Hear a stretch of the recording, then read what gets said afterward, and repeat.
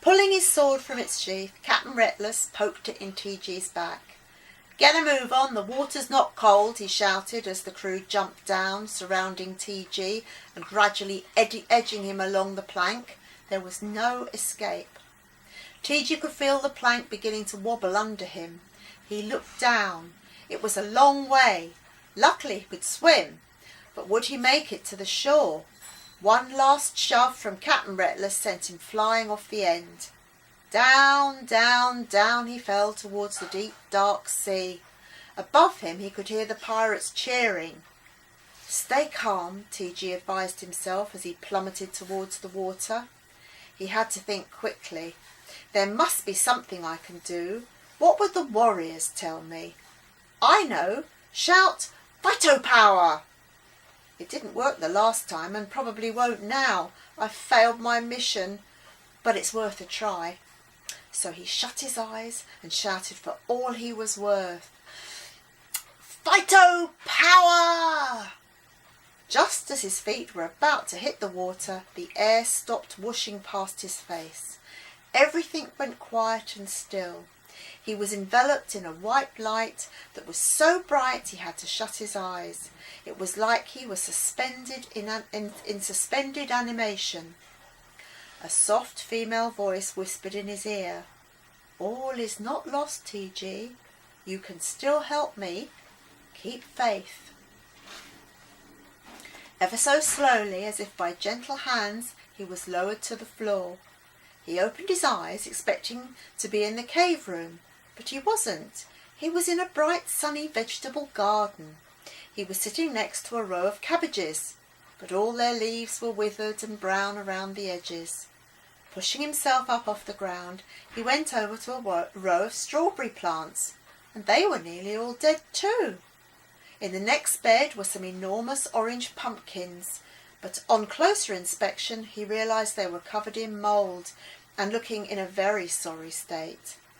An apple tree drooped wearily. All the apples had fallen to the ground and were bruised and brown. Everything in the garden was dead or decaying. The garden was surrounded by a high brick wall with a little green door at the far end.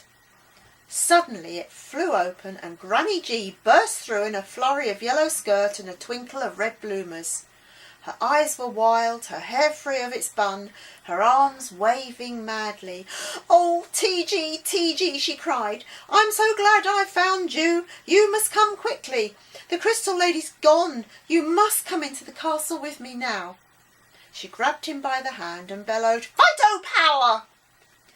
They landed softly on their feet in a long, wide, empty corridor. In places the sun glinted through opaque crystal walls, bouncing rainbow patterns from ceiling to floor. Under T.G.'s feet glittered the captured rainbow light, twinkling and swirling like tiny multicoloured tiles. T.G. stood holding Granny G's hand, quietly taking in the magical atmosphere, hoping desperately that the Crystal Lady was still here in the castle. Loud laughter and cheering seeped out through the cracks of an enormous oak door. It sounded like a big celebration was going on inside the room.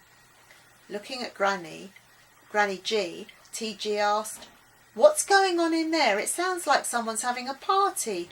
I thought you said the Crystal Lady had gone." Granny G wiped the corners of her eyes with the hem of her skirt. "She has, T.G. It's not her having the party." Bewildered, T.G. stared back at her. "Then who is it?" Footsteps echoed down the corridor. The Rainbow Warriors were approaching, Sky in the lead. Close up, they looked sad and defeated. "It's Captain Reckless and their crew," Sky said. "They've taken over the Rainbow Castle. That's why all the fruit and vegetables in the garden are dying.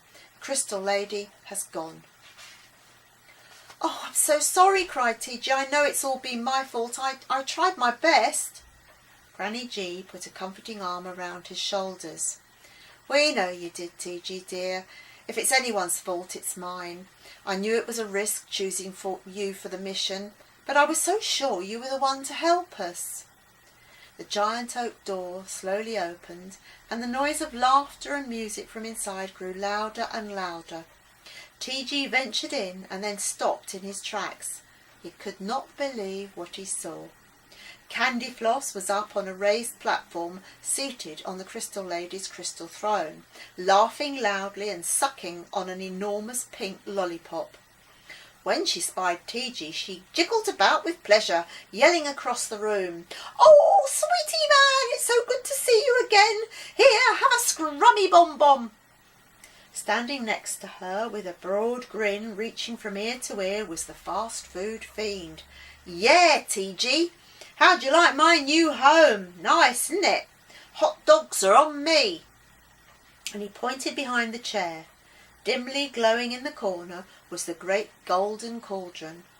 Instead of fruit and vegetables peeping over the rim, there were plastic packets containing hot dogs and hamburgers.